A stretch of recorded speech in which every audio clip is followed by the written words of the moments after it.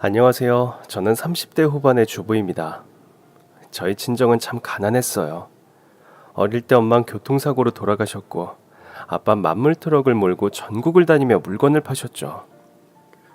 덕분에 전 어린 동생들을 홀로 돌보며 학교에 다녀야 했습니다. 언니 배고파. 나 달걀 먹고 싶단 말이야. 가뜩이나 예민한 사춘기에 아직 어린 동생들을 돌보는 건 늘 곤욕이었어요. 나도 하고 싶은 게 있고 친구들이랑 놀고 싶은데 때가 되면 들어와서 동생들 씻겨야지, 밥 챙겨줘야지. 거기다 늦게 돌아오는 아빠 밥도 챙겨야지. 하루는 학교 끝나고 친구들이 저에게 그러는 거예요. 야, 넌 또 일찍 들어갈 거지? 그럴 거면 그냥 빠져. 같이 놀다가 먼저 가는 애 있으면 김 빠진단 말이야. 아니거든. 나 오늘 끝까지 놀 거거든. 그동안 꾹 참은 게 폭발했고 전 친구들과 함께 밤늦게까지 놀았어요. 덕분에 아빠가 준 한 달치 용돈을 한 번에 다 써버리고 말았죠. 집에 돌아갔더니 아빠가 무서운 얼굴로 절 보더라고요. 넌 맞이가 돼서 동생들을 쫄쫄 굶기면 되겠어? 오늘 하루만 그런 거야. 하루든 이틀이든 내가 일하고 피곤한데 애들 밥까지 차려줘야겠냐고. 왜 아빠가 차려주면 안 되는데?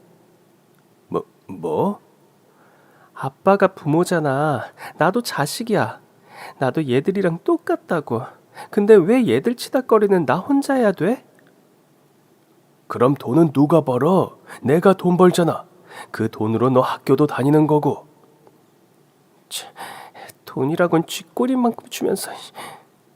뭐라고? 너 지금 말 다 했어? 그날 처음으로 가출을 했습니다. 교복을 입고 나오는 바람에 갈 만한 데가 많지 않더라고요. 결국 이틀도 못 가 집으로 가보니 동생들이 절 보며 우는 겁니다. 언니 어디 갔다 왔어? 누나, 내가 미안해. 가지 마. 그렇게 동생들을 양쪽에 안고 집으로 들어가 보니 TV 옆에 전보다 조금 더 많은 용돈이 놓여 있더라고요. 그러나 아빠의 만물상 수입은 많지 않았고 우리 집은 가난을 벗어날 수 없었어요. 더더구나 갈수록 만물상 장사가 어려워진 건지 아빤 집에 오는 날이 점차 줄었고 우리의 생활비마저 주지 못하는 때가 많아졌습니다. 생활비가 없는데 용돈이 어디 있겠어요. 전 한 푼이라도 아껴서 동생들과 먹고 살아야 했습니다. 친구들에겐 이런저런 핑계를 대며 놀기를 거부했죠. 그랬더니 저에 대해서 별의별 소문이 다 돌더라고요. 쟤네 아빠 죽었대. 그래서 쟤가 돈 번다는데? 돈 한 푼 없는 게 우리랑 논다고 할 때부터 에휴 저렇게 될 줄 알았다. 그러니까 좀 꺼지라니까. 자꾸 쫓아다녀서. 그러거나 말거나 전 꾸역꾸역 그 말을 못 들은 척 학교가 끝나면 집으로 가서 동생들을 돌봤어요. 어떨 땐 둘 다 쥐어받고 싶다가도 배부르게 먹지도 못하고 잠든 모습을 보고 있으면 제가 다 서러워서 엉엉 울곤 했죠. 결국 전 중학교를 졸업하자마자 일자리를 알아보기 시작했습니다. 어차피 졸업할 즈음 전 반에서 왕따였어요. 이렇게 학교에 다녀봤자 친구들한테 무시나 당하겠구나 싶었고 이럴 시간에 나도 한 푼이라도 더 벌어서 내 동생들 배부르게 먹여보자 싶었죠. 처음엔 너무 어리다고 받아주는 곳이 없더라고요. 겨우겨우 받아줘서 일한 첫 식당은 주기로 한 돈의 10분의 1도 주지 않았죠. 이게 뭐예요? 받기로 한 돈보다 한참 적은데. 원래 어린애들은 일을 잘 못해서 다 주진 않아. 그래도 고생한 게 있으니까 그 정도라도 내가 챙겨주는 거야. 가서 용돈이나 해. 저 용돈 아니고 생활비 버는 거거든요. 그 순간 그 사장 눈빛이 이상해지더라고요. 너 가출 청소년이니? 그러나 그때 전 눈에 도끼가 득실득실하던 17살이었습니다. 가장 청소년이거든요. 결국 그 식당을 관둔 뒤 다시 일을 구해야 했어요. 그동안 일한 시간이 아깝고 돈을 적게 받은 게 억울해서 집으로 가는 길 내내 울었죠. 전 그 나이에 이미 세상의 쓴맛을 다 본 것 같아요. 그 다음에 일한 식당도 시급의 절반도 안 되는 돈을 주며 그랬죠. 너 같은 어린애를 써준 걸 고마워해야지. 받기 싫으면 관둬. 내 돈 내놔요. 이게 왜 네 돈이야? 내 돈이지. 내가 일한 돈 내놓으라고요. 그러다가 쫓겨나기도 했고요. 그 후로도 여러 차례 돈을 떼먹히고 갖은 욕설을 다 듣다가 더는 못 해먹겠다 싶던 차에 마지막으로 일한 식당이 있습니다. 일을 시켜주겠다고 오라기에 또 뻔한 소리를 듣겠구나 생각하며 갔죠. 제가 일한 식당 주인들은 하나같이 왜 어린애가 돈을 버느냐고 물었거든요. 처음엔 하도 일이 안 구해주니까 제 사정을 구구절절 말하기도 했는데 나중엔 그냥 벌고 싶어서 번다고 했죠. 구구절절 말해봤자 제 월급을 제대로 준 사장은 하나도 없었거든요. 몇 시부터 몇 시까지 일할 수 있니? 그러나 마지막으로 간 식당 사장님의 첫 마디는 그거였습니다. 저 온종일 할 수 있어요. 아이고, 힘들지 않겠어? 전 젊어서 쌩쌩해요. 하라는 일은 다 할 테니까 1급으로 주세요. 하도 돈을 떼었더니 저도 나름 살궁리했던 거죠. 싫다고 차라리 일을 안 하고 말겠다고 생각하던 그때였습니다. 그래, 그러자. 나도 골치 아프게 월급 계산 안 하고 좋지 뭐. 전 열심히 일했습니다. 이미 여러 식당을 거쳐온 터라 손이 좀 빨랐어요. 서빙이며 설거지까지 척척 해냈고 손님들이 필요하다고 하는 것도 사장님보다 더 빠르게 가져다 줬어요. 그리고 영업시간이 끝났습니다. 사장님이 서랍에서 돈을 꺼내서 주시더라고요. 돈을 받은 전 깜짝 놀랐습니다. 진짜 이만큼 주시는 거예요? 왜? 내가 덜 줬어? 이상하네. 딱 맞게 줬는데. 그 순간 제가 왜 그렇게 눈물이 나던지요. 저 일하고 돈 제대로 받은 거 처음이에요. 사장님은 그런 저를 멀뚱멀뚱 보다가 계산대 옆에 있던 두루마리를 둘둘 말아주시더라고요. 일찍이 세상 사는 법을 알았으니 점점 더 괜찮아질 거야. 내일도 올 거지? 저는 고개를 연신 끄덕였습니다. 당연하죠. 저 여기 평생 다닐 거예요. 그렇게 전 그 식당에서 3년을 일했습니다. 덕분에 제 동생들에게 점점 더 맛있는 걸 사 먹일 수 있었어요. 용돈도 줄 수 있었고요. 그렇게 다른 친구들은 고등학교를 졸업하던 무렵 전 2년째 적금을 붓고 있었습니다. 그 역시 식당 사장님이 가르쳐 주신 것이었죠. 어느 날 돈 받은 건 어디에 쓰고 있냐고 물으시기에 동생들 맛있는 거 사주고 생활비로 쓴다고 했더니 사장님이 혀를 차시더라고요. 그 돈을 다 쓰고 있다고? 그러면 안 돼. 절반, 아니 3분의 1이라도 저금해. 저금이요? 너 중졸이잖아. 남들은 고등학교 졸업할 때 뭐라도 남겨야 할 거 아니야. 적금 들려면 남은 반찬이며 식재료도 다 싸주시는데 적금을 안 들 수가 있어야죠. 제가 적금 들었다고 하니까 그 다음부턴 쌀도 나눠주시고 생활비 아끼라며 있는 거 없는 거 다 챙겨주시는 거예요. 동생들 여기 와서 밥 먹으라고 해. 그리고 언젠가부터는 동생들의 저녁까지 챙겨주셨습니다. 그러다 보니 사장님이 일찍 돌아가신 엄마가 보내준 사람인가 싶더라고요. 그렇게 매번 챙겨주시면서도 월급 또한 칼같이 주셨습니다. 사장님과 오래 알고 지내다 보니 사장님께 두 아들이 있다는 걸 알게 됐어요. 첫째 아들은 좋은 직장에 다니고 있었고 둘째 아들은 한쪽 다리가 의족이었어요. 운동하다가 다쳤다고 하는데 그 이후로 방황을 많이 한 모양이더라고요.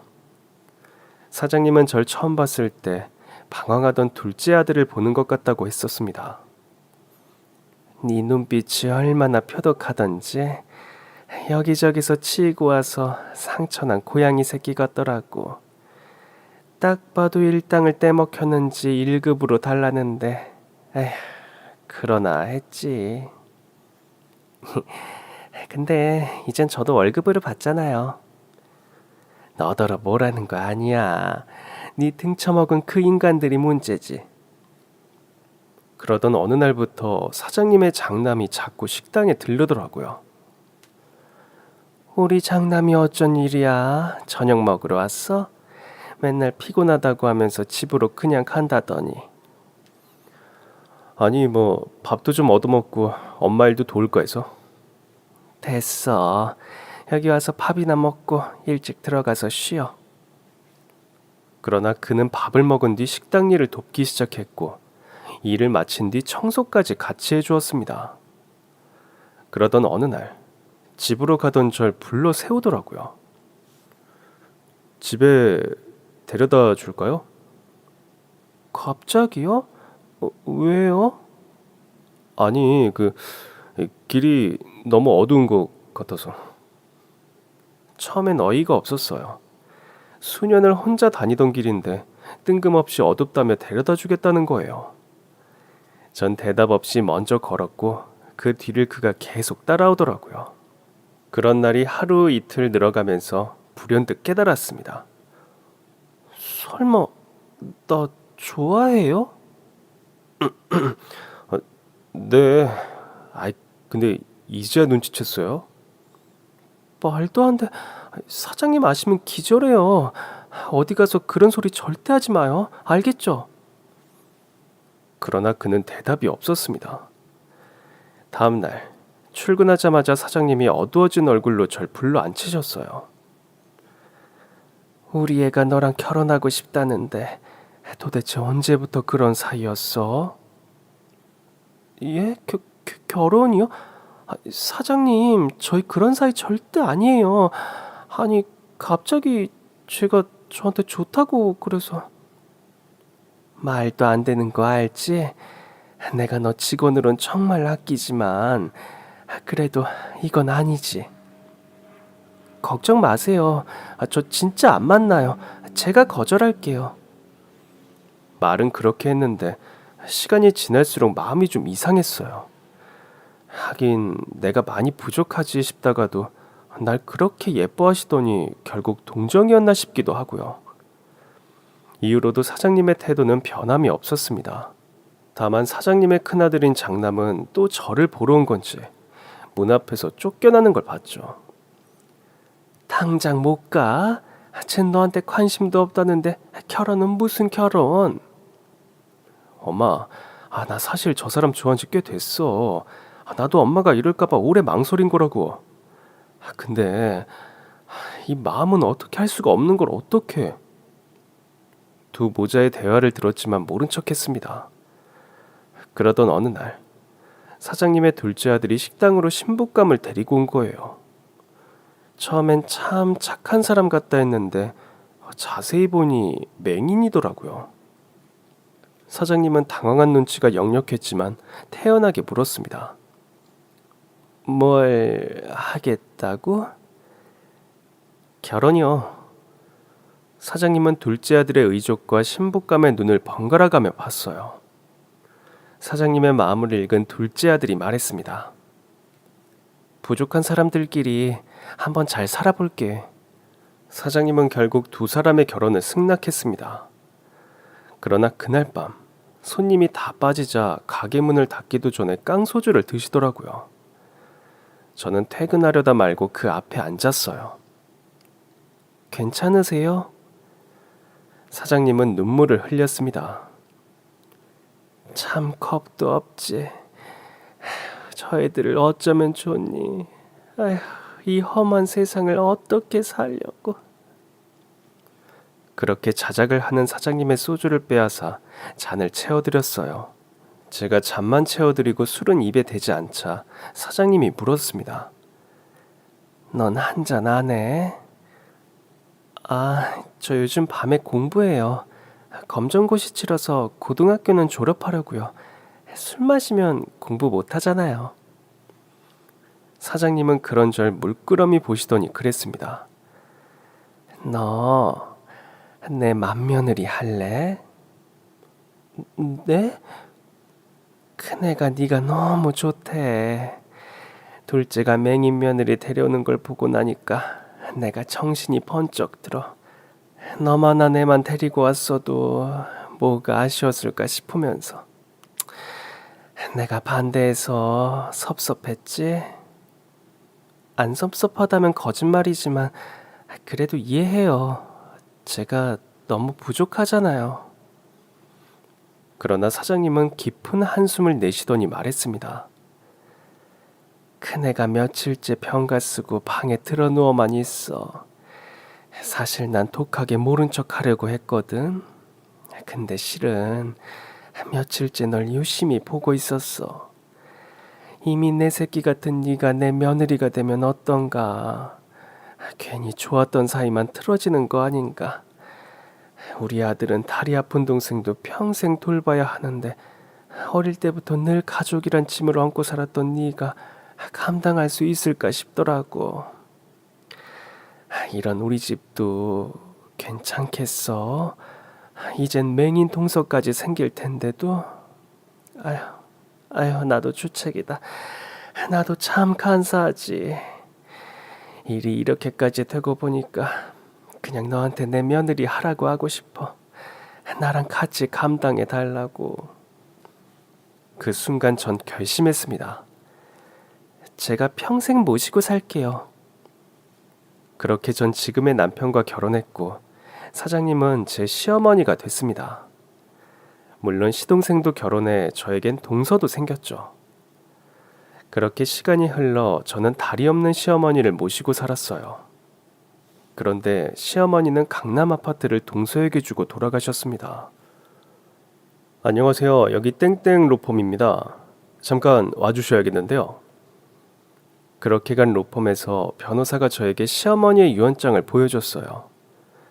그러자 옆에 있던 로펌 대표가 저를 향해 깍듯이 고개를 숙이더라고요. 남편과 결혼 후 저는 시어머니와 한밭집을 운영했었습니다.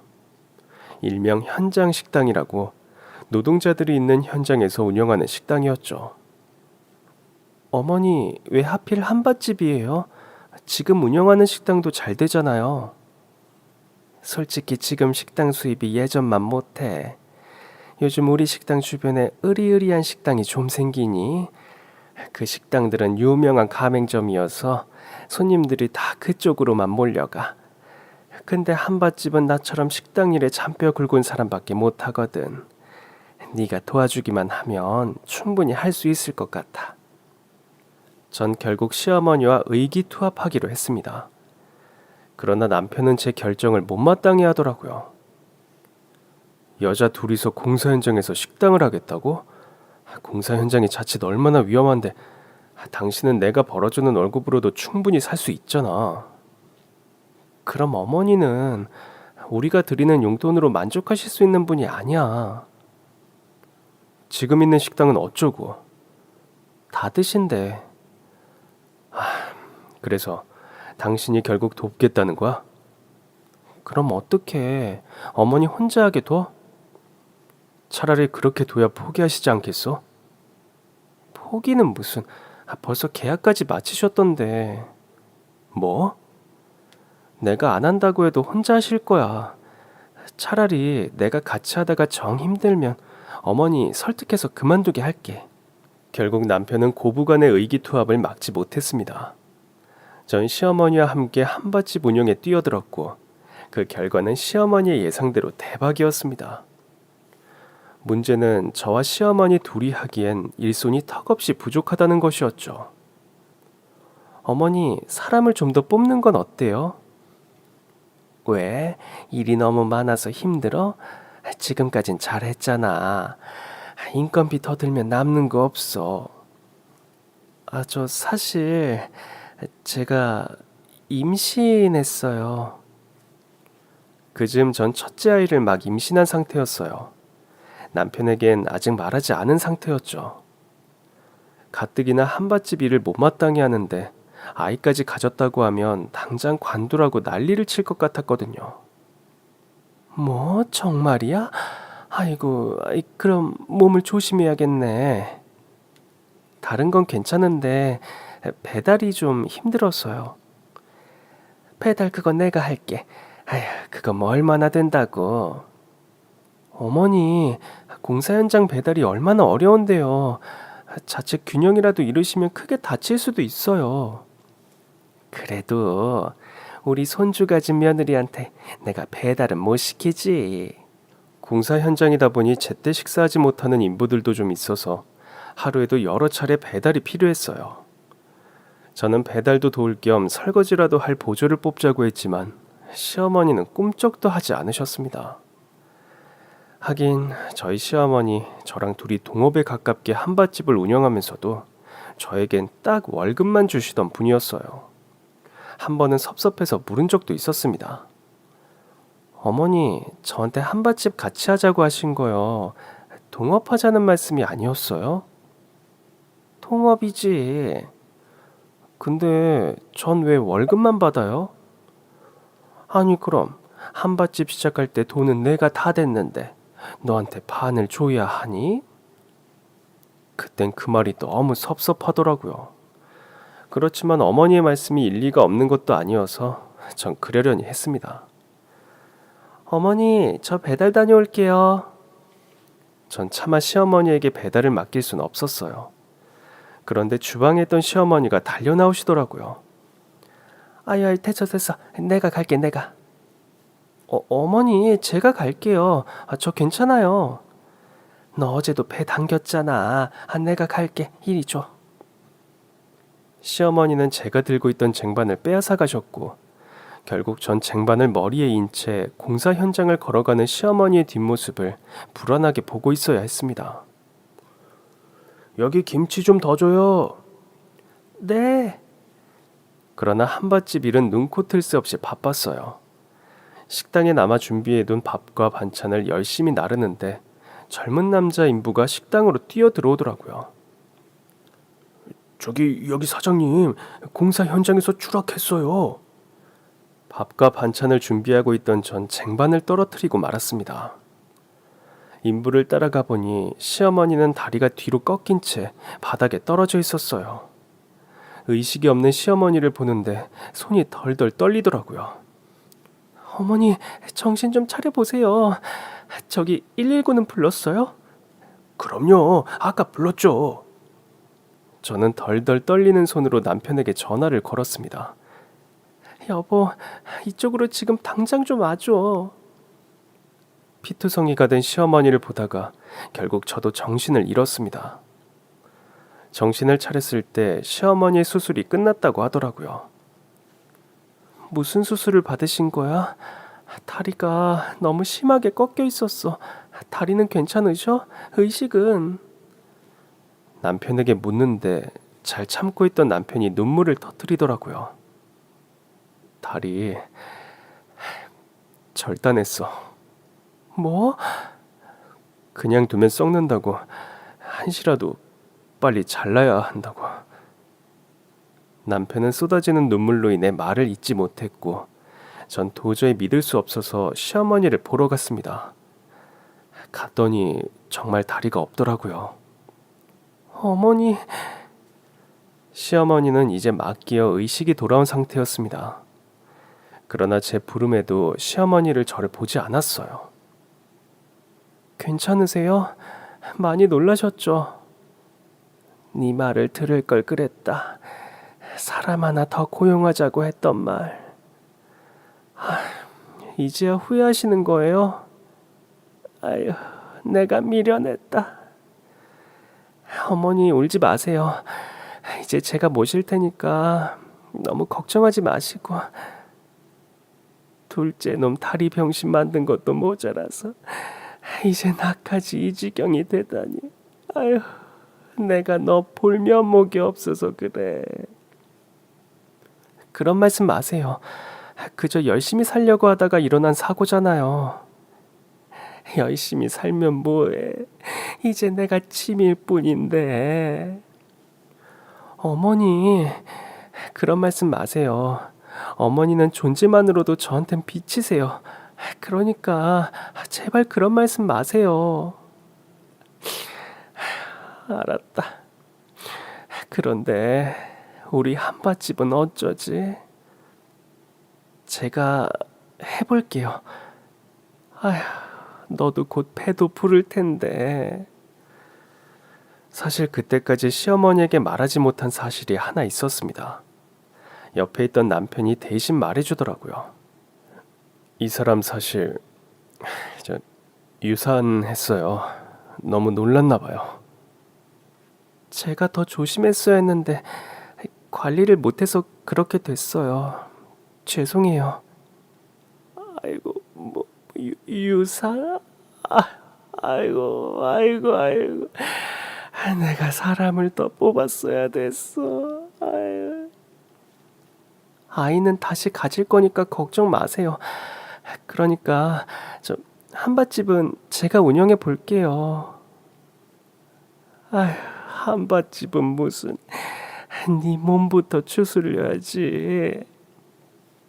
저 괜찮아요, 어머니. 너무 걱정하지 마세요. 내가 죄인이다. 그냥 내가 죄인이야. 그렇게 시어머니가 입원해 치료를 받는 사이 저는 홀로 한밭집에 복귀했습니다.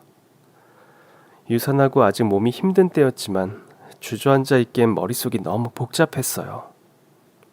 하루아침에 내 몸에서 사라진 태아와 다리를 잃은 시어머니, 그리고 그 모든 걸 지켜보는 남편까지.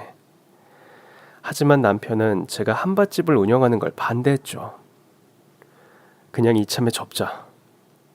어떻게 자리를 잡은 건데 당신 일 아니라고 그렇게 쉽게 말하는 거야? 내가 당신이랑 어머니 다 먹여 살리면 되잖아. 당신이 아무리 대기업을 다녀도 혼자 벌어서 먹고 살기 힘든 세상이야. 거기에다 우리 아기라도 태어나봐. 그런 건 아기가 태어나고 걱정을 해. 당신 지금처럼 이랬다간 또 유산하고 말 거라고. 다음엔 내가 잘 관리할게. 솔직히 나 요즘엔 우리 엄마가 미워. 어릴 때도 악착같이 돈만 버는 엄마가 싫었다고. 학교에 한번 오시길 하나, 소풍 때 도시락 한 번을 제대로 싸주나. 식당 하면서도 자식들 밥은 늘 식당에서 먹던 거, 소풍 때도 식당에서 먹던 거. 진짜 어린 마음에 정말로 싫었지만 뭐 덕분에 우리가 돈 걱정 없이 산 건 사실이니까 이해했어. 근데 지금은 솔직히 엄마 한밭집 안 해도 먹고 살 수 있잖아. 결국 욕심내다가 다리만 잃은 거 아니냐고. 당신은 진짜 배부르게 자란 티가 나네. 뭐? 돈 걱정 없이 산 게 별일이 아닌 것 같아? 그건 축복이야. 그것도 여자 혼자 아이 키우면서 그렇게 살게 해줬다면 어머니는 뼈가 갈리게 일했을 거라고. 왜 그런 것도 이해하지 못하는 거야? 남편은 어떠한 대꾸도 하지 못했습니다. 난 어려서부터 늘 돈 걱정만 하며 살았어. 그래서 어머니가 한밭집 하자고 했을 때도 돈만 벌 수 있다면 못할 게 없었어. 의사 말 들었잖아. 어머니 뼈가 많이 약했다고. 공사 현장에서도 엄청 높은 데서 떨어지신 것도 아닌데 뼈가 약해서 뼈가 부러지는 바람에 그게 신경까지 잘렸다고 그랬잖아. 그거 당신이랑 서방님이 그 뼈 갉아먹고 자란 거라고. 그런데도 어머니가 미워? 그럼 난 우리 아버지를 미친 듯이 미워해야겠네. 우리 아버진 돈도 제대로 못 벌어다 줬으니까. 어디 그뿐이야? 내 동생들 먹이고 입히고 챙기는 것도 전부 다 내 몫이었지. 누가 더 불쌍한가 한번 나하고 해볼까? 미안해. 난 그냥 우리 아기도 잃고 엄마까지 다리도 잃으니까 그냥 슬퍼서. 전 그런 남편을 꼭 안아줬어요. 그건 나도 미안해. 근데 나도 슬퍼. 아기는 다시 가지면 되지만 당신 키워주신 어머니는 한 분이잖아. 어머니는 더 슬플 거야. 그러니까 너무 미워하지 마. 남편도 그제야 알겠다고 하더라고요. 제가 한밭집 일에 매진하는 사이 병원엔 동서가 와 있었어요. 물론 맹인인 동서가 할 수 있는 간병은 많지 않았죠. 어머니, 제가 물 드릴까요? 아니야. 내가 따라 마실게. 그럼 제가 냉장고에서 꺼내오기만 할게요. 그래. 그게 좋겠다. 아유. 제가 병원에 갔을 때 시어머니가 그러시더라고요. 걔 좀 그만 오라고 해. 아야, 보는 내가 불안해서 못 살겠어. 왜요? 아니, 뭘 자꾸 갖다 준다는데, 내가 다리가 이러니까 일단 알겠다곤 했지만, 걔가 유리물병 들고 오는데, 아이고, 나 지릴 뻔했다. 근데 신기하게 이게 참게 되더라고. 어떻게 참으셨어요? 내가 누워서 오줌 싸면 그것도 걔가 치워야 하는데, 그거를 보고 있을 자신이 없어서 내가 꾹 하고 참았지. 전 박장대소했습니다. 아무래도 동서가 시어머니를 간병하는 건 힘들 것 같아 결국 간병인을 고용했어요. 대신 전 한밭집에서 열심히 일했죠. 그렇게 한 달이 지났을 때 통장으로 돈이 입금되더라고요. 딱 월급일이기에 은근히 기대하며 통장 잔고를 확인한 그때였습니다. 뭐야? 어떻게 보고 다시 봐도 제 통장에 들어온 월급은 전과 똑같았습니다. 아무리 저라지만 그건 좀 섭섭하더라고요. 전 시어머니를 찾아가 물었죠. 어머니, 이건 좀 너무하신 거 아니에요? 한밭집 제가 운영하는 거나 다름없는데 왜 월급이 똑같아요? 그럼 뭘 어떻게 줘야 하는데 직원도 고용해서 같이 하고 있잖아. 그래도 어머니가 가져가시는 것보단 못해도 나 너랑 똑같이 가져가는데? 네? 나 너랑 똑같이 월급 가져간다고. 나도 나한테 딱 정해진 월급만 준다. 그날 처음 한 사실이었습니다. 정말이세요? 그럼 나라고 뭐 더 가져갈 건 또 뭐 있니? 한 사람만큼 일하는 건데. 시어머니의 다리가 그렇게 된 후 저는 2명의 직원을 고용했어요. 저도 다시 임신 준비를 해야 했고 아무래도 배달까지 하려면 일손은 2은 더 있어야겠더라고요. 물론 시어머니도 좋다고 하셨죠. 그래, 내가 이번 일 겪어보니 줄 수 있는 인건비까지 아껴봤자 남는 건 이 꼴뿐이더라. 감사해요. 사실 남편이랑 약속했거든요. 2명을 더 고용하겠다는 건 제가 남편에게 한 약속이기도 했습니다. 남편은 그 조건이 아니라면 한밭집 일을 하는 건 하지 않았으면 좋겠다고 했고 누구보다 절 걱정한다는 걸 알고 있었기에 수용한 조건이었습니다. 아무튼 저의 월급 사건은 그렇게 마무리됐어요. 그때까지만 해도 전 시어머니를 구두쇠라고까지 생각하진 않았습니다. 그러나 시어머니가 돌아가신 뒤 얼마나 구두쇠였는지를 깨닫게 됐죠. 시어머니는 추락을 통해 다리만 잃은 게 아니었습니다. 여러 합병증으로 인해 결국 몸이 쇠약해지셨고 오래 버티지 못하고 그만 돌아가셨죠. 물론 돌아가시기 직전 저에게 하신 충격적인 말씀이 있었죠. 내가 강남에 아파트가 한 채 있어. 그건 둘째내 주려고. 네? 네 동서가 몸이 약하잖아. 서방님도 아니고 동서를 주시겠단 거예요? 서방님도 아닌 동서에게 강남에 있는 아파트를 주신다는 얘기였습니다. 시어머니에게 강남에 있는 아파트가 있는 것도 처음 알았지만 그걸 동서에게 주겠다는 말은 너무 섭섭하더라고요.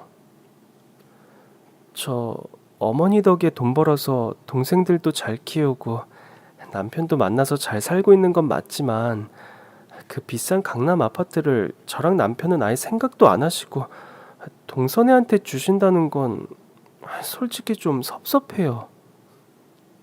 그렇게 섭섭하냐? 네, 저한텐 죽어라 이래도 월급만 주시던 분이 늘 동서한텐 후하시잖아요. 결국 동서한테 간병 안 받으신다고 해서 간병비도 제가 냈고 어머니를 모시고 산 것도 저희잖아요. 근데 어떻게 저희한텐 상의도 없이 그냥 동서네를 주겠다고 결정하실 수 있어요? 시어머니는 힘이 하나 없는 손으로 이불 속을 더듬거리더니 저에게 명함 하나를 주셨습니다. 나 죽거든. 여기 찾아가 봐. 시어머니가 주신 것은 땡땡 법무법인 박 변호사란 사람의 명함이었습니다. 이게 누군데요? 나 죽으면 가봐. 시어머니는 그저 찾아가 보라고만 하셨어요. 얼마 후 시어머니는 돌아가셨고 시어머니가 자기 앞으로 강남 아파트를 남긴 걸 안 동서가 많이 놀라더라고요. 이걸 왜 저한테 주셨을까요? 우리 남편도 아니고. 그 점에 대해선 시어머니 생전에 들은 얘기가 있었습니다. 그러나 차마 서방님 면전에 대고 제가 말하긴 뭐해서 전 남편에게 눈짓을 했습니다. 어머니가 재수 씨가 믿을만하다고 하셨어요. 저 녀석은 어릴 때 너무 사고를 치고 다녀서 못 믿으시겠다고. 형, 너 사고 치고 다닌 건 사실이잖아. 뭐 그렇긴 하지만, 근데 그나저나 엄마한테 강남 아파트가 있는지는 처음 알았네. 그럼에도 시동생 부부는 은근히 신이 나 보이더라고요. 하루아침에 강남에 아파트를 소유하게 됐으니 기쁘지 않을 수밖에요. 솔직히 전 두 사람이 기뻐하는 모습을 보는 게 힘들더라고요. 물론 두 사람에게 잘된 일이지만 아무리 생각해도 시어머니가 너무하셨다 싶었어요. 그때였습니다. 형님, 그러지 말고 저희 이거 반으로 나눠요. 그래 형, 나도 그게 맞는 것 같아. 아무리 어머니께서 우리 앞으로 남기셨어도 상속법상 재산 분할은 반반이잖아요. 시동생 부부의 말에 남편이 절 보더라고요. 당신은 어떻게 했으면 좋겠어? 그러나 시어머니가 생전에 하신 말씀인데 차마 거역할 수 없겠더라고요. 솔직히 말해 섭섭한 것도 그냥 제 욕심이잖아요. 시어머니가 동선해 주고 싶다는데 제가 뭐라고 반을 달라고 하겠어요. 물론 그 점에 있어선 저보다 남편이 더 하겠다 싶긴 했죠. 난 그냥 어머니 말씀에 따랐으면 좋겠어. 물론 당신만 섭섭하지 않다면. 남편은 잠시 고민했지만 곧 괜찮다고 했습니다. 나도 괜찮아. 어머니가 너희 걱정해서 남겨주신 거니까 그거 가지고 잘 살아. 그러나 동서도 물러서지 않더라고요. 아주버니, 설마 이제 저희랑 안 보실 건 아니죠? 예? 그럼요. 왜 그런 생각을 하세요? 그런 거 아니면 반씩 가졌으면 좋겠어요. 저는 강남 아파트 갖는 것보다 형님이랑 아주버니 섭섭하지 않게 하는 게 더 좋아요. 나도 형이랑 형수가 섭섭해서 우리 안 본다고 하면 이제 우리 어떻게 살아. 형수님이 분기마다 반찬이랑 김치, 쌀 보내주시지. 늘 우리 불러서 밥 주시지. 형수님은 나한테 엄마 다음으로 엄마 같은 분이란 말이야. 저도요. 저희 친정엄마 다음으로 엄마 같은 분이세요. 전 결국 두 손 두 발 다 들었습니다. 알겠어요. 내가 안 섭섭해하면 되잖아. 동서랑 서방님이 강남 아파트 갖는다고 해서 우리 사이가 틀어질 일 없으니까 걱정 좀 마세요. 물론 말은 그렇게 했지만 사실 제가 섭섭한 건 시어머니였습니다. 전 결국 시어머니가 주신 땡땡 법무법인 박 변호사의 명함을 꺼냈습니다. 도대체 왜 만나라고 하시는 거지? 정 마음에 안 들면 소송이라도 하라고 소개해 주신 건가? 시어머니가 돌아가신 뒤에도 전 한밭집에서 일했어요. 계약 기간이 남아있기도 했고 아직 아이가 생기지 않아서 더 집중할 수도 있었습니다. 그러나 남편이 이번 계약만 끝나면 한밭집 일은 그만하라고 또다시 절 설득했죠. 차라리 자리 좋은 데다가 젊은 사람들이 좋아할 만한 음식점이나 카페 같은 거 차리는 건 어때? 난 그런 거 체질에 안 맞아. 내가 첫 사회생활을 식당에서 했잖아. 그래서 그런가 나한테 식당은 인생의 전부야. 그럼 번화가에서 한식을 팔아. 당신도 음식 잘하잖아. 솔직히 그때까지만 해도 남편의 뜻을 따라줄 생각은 없었는데요. 남편의 마지막 말엔 도저히 반박할 수 없더라고요. 솔직히 나 한밭집만 생각하면 엄마 추락한 날이랑 우리 아기 잃은 것만 생각나. 결국 우리 엄마 추락 이후 아프시다가 돌아가셨잖아. 당신은 그런 현장을 보고도 괜찮아? 물론 안 괜찮지. 그렇지만 나는 그냥 일이라고 생각했어. 계약 기간도 남아있으니까 안 보려고 노력하면서 했지. 그러다 당신까지 엄마처럼 되면 난 못 살 거야. 여보, 그럴 일 없어. 그날도 내가 배달 갔으면 괜찮았을 거야. 내가 임신했단 말을 하지 말걸. 그럼 내가 계속 배달을 했을 텐데. 결국 전 남편에게 약속했습니다. 그래, 그러자. 한밭집 계약 기간까지만 할게. 나도 어머니 그렇게 되신 곳에서 계속 일하는 게 쉽지 않으니까. 고마워. 내 마음 알아줘서. 응, 알아. 나 걱정해서 그러는 거. 한밭집 계약이 끝날 때까지 정신이 좀 없었어요. 계약이 끝날 즈음 재계약 제안을 받았죠. 돈도 전보다 더 많이 주겠다고 했지만 전 고민하지 않았습니다. 말씀만 감사히 받겠습니다. 그동안 감사했어요. 같이 일하던 직원들에게도 퇴직금도 주고 다른 식당도 소개해줬습니다. 제가 한밭집을 관둔다는 소문을 듣곤 전에 어머니 가게 근처 사장님들도 연락을 주셨어요. 전에 가게 자리 리모델링해서 엄청 좋아졌어. 새 나왔던데 다시 장사해보는 거 어때? 가게 없어지고 사람들이 되게 아쉬워했었거든. 우리도 그렇고. 우리 다시 같은 동네에서 장사하고 예전처럼 재밌게 지내자고. 사장님들 모두 어머니의 장례식장에도 와주신 분들이었습니다. 조만간 찾아뵐게요. 대신 밥 많이 주셔야 돼요. 저는 완곡히 거절한 뒤 모든 장사를 일단 마쳤어요. 임신 계획도 세우고 바쁘게 지냈는데 동서에게서 연락이 왔습니다. 형님, 저희 이사했어요. 집들이 하려고 하는데 언제 시간 되세요? 동서가 시어머니가 남긴 강남 아파트로 이사했다는 소식을 전하더라고요. 미안. 내가 신경 좀 썼어야 했는데 장사 정리하고 어쩌느라 바빴어. 형님이 왜 미안하세요? 저희가 해야 할 일인데 오히려 죄송하죠. 어머니 생전에도 장사 한 번도 못 돕고. 괜찮아. 나라고 뭐 공짜로 도왔나. 월급도 받고 어머니 돌아가시고 한밭집 장사해서 돈도 많이 벌었어. 저는 동선의 집들이 날짜를 잡은 뒤 전화를 끊었습니다. 그리고 나서 홀로 거실 소파에 앉아 있는데 가슴이 횡하더라고요. 매일 공사 현장에서 북적거리는 식당을 운영을 하다가 관둔 탓도 있었고 저와 남편만 유산을 못 받았다는 생각에 또다시 허무한 기분도 느꼈던 것 같아요.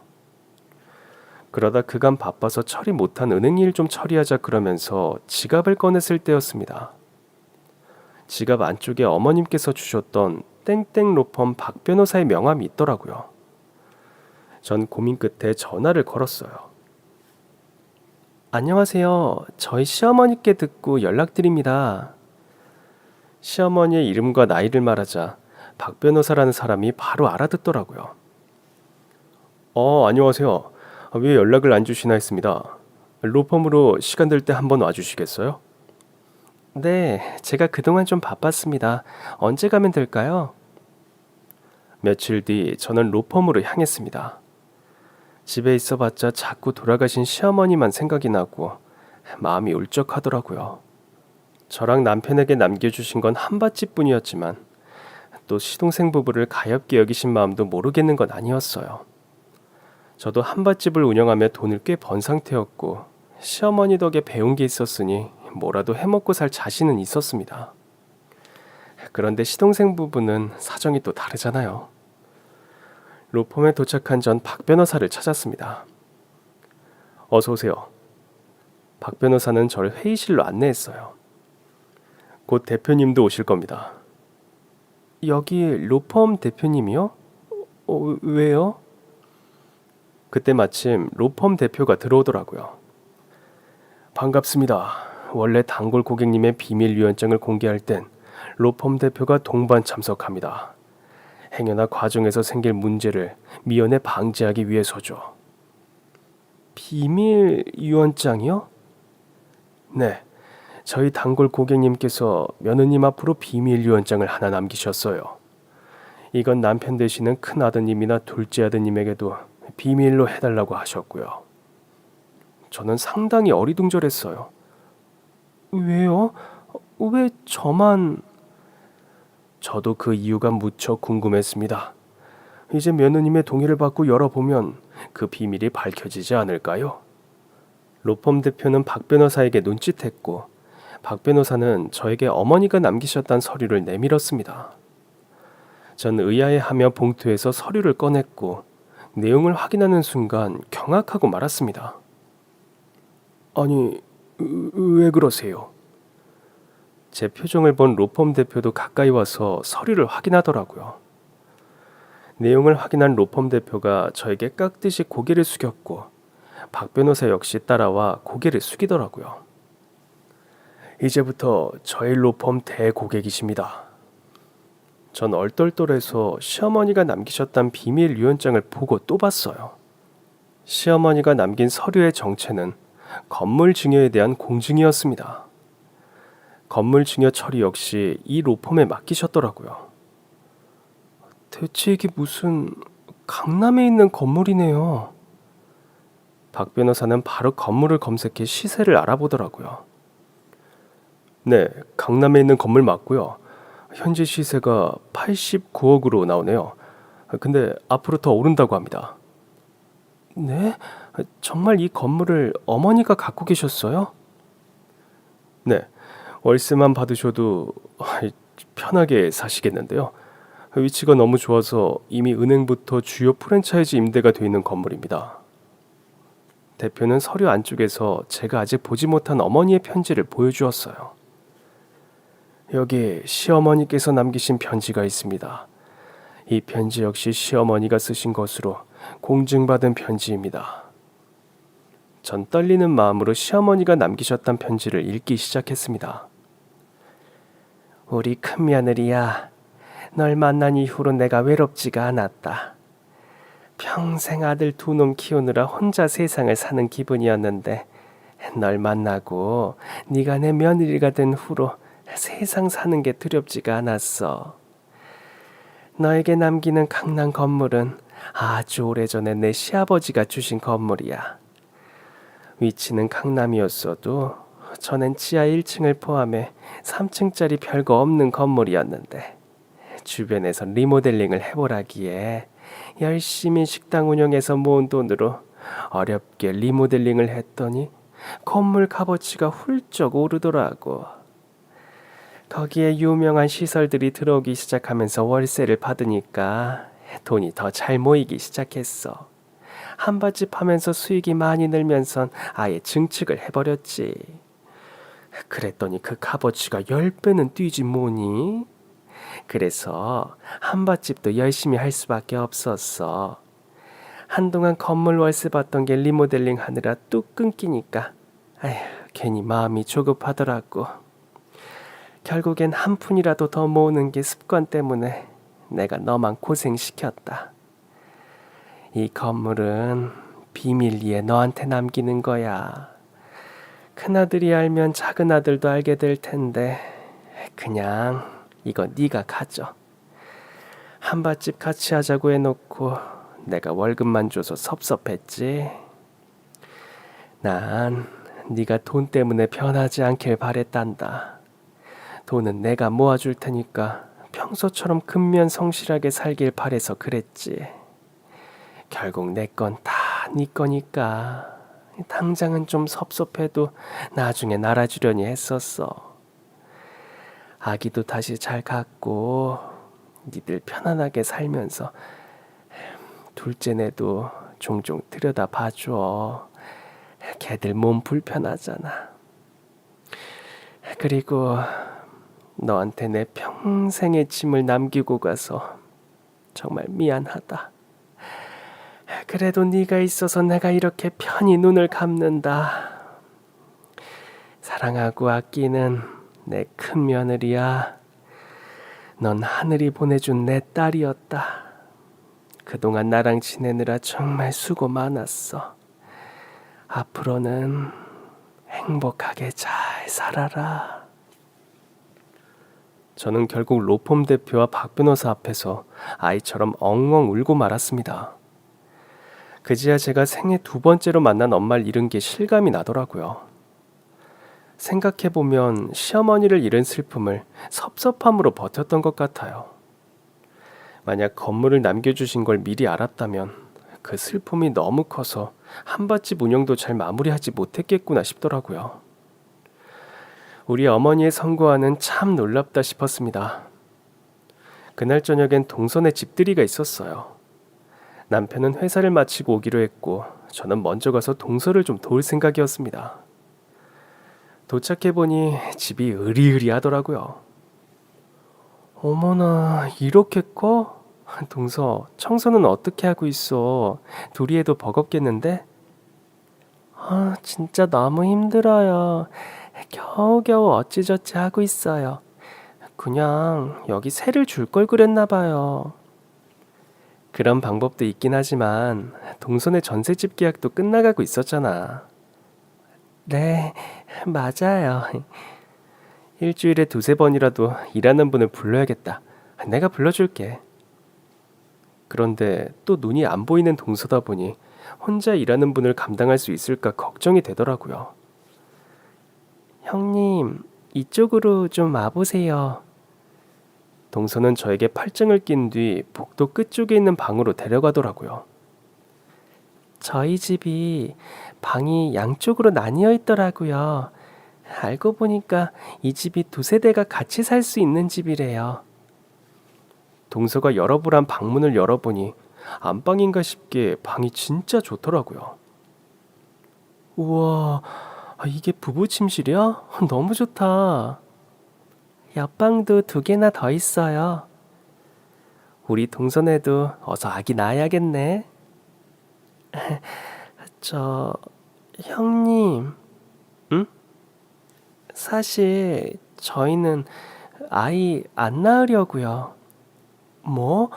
왜? 저는 눈도 안 보이고 신랑은 다리가 저렇고 아이 낳아도 저희 부부가 짐이 될 것 같아서요. 무슨 소리를 그렇게 해. 서방님이 잘 보이고 동서가 몸이 건강하잖아. 저 이미 중절 수술 받았어요. 뭐? 남편이 받겠다고 했는데 제가 했어요. 그래야 안심이 될 것 같아서요. 못 살아. 어머니가 아시면 얼마나 섭섭하시겠어. 둘이 편히 살라고 아파트도 주신 건데. 어머니도 알고 계셨어요. 정말? 네, 잘 생각했다고 그러시더라고요. 저희끼리 재밌게 살라고. 형님이 종종 들여다봐 주실 거라고요. 동서는 잠깐 망설이더니 저에게 제안하더라고요. 형님, 그래도 제가 형님 아이 낳고 하시면 도움이 되지 않을까요? 물론이지. 어떡하면 좋아. 동서가 이세 계획이 없을 줄은 꿈에도 생각 못했어. 미리 알려줬으면 나라도 말렸을 텐데. 형님, 저희랑 같이 살아주시면 안 돼요? 보시다시피 저희 방은 저 반대쪽 복도라 방에서 하는 얘기도 전혀 안 들려요. 동서, 저희 둘이 여기 살려니까 너무 쓸쓸해요. 남편하고도 얘기했는데 남편도 너무 좋다고 하더라고요. 저희가 형님이랑 아주버니 모시고 살게요. 저희 지금까지 그랬듯이 저희 할 일도 다 알아서 하고요. 저 진짜 힘들게 이번에 임용고시 붙었어요. 어머, 진짜? 너무 잘 됐다. 동서가 맹인이긴 했어도 사범대로 나온 사람이었거든요. 다만 눈이 안 보이다 보니 오랜 시간 임용고시에 합격을 못하고 있었어요. 전 너무 좋아서 동서를 끌어안고 또 눈물을 흘렸습니다. 어머니가 진짜 좋아하시겠다. 결국 저는 남편을 설득해 동서네와 합가했습니다. 물론 건물도 남편과 공동 명의로 증여받았어요. 증여세 내느라 살던 집도 처분했고 모든 게 순리처럼 흘러갔습니다. 지금은 두 아이와 함께 정신없는 일상을 보내고 있습니다. 동서와 서방님이 같이 살고 있어서 한 번씩 아이들 맡기고 남편과 데이트도 하고 덕분에 육아 스트레스를 종종 해소하며 살고 있어요. 하늘에서 시어머니가 보고 계신다면 정말 기뻐하시겠죠?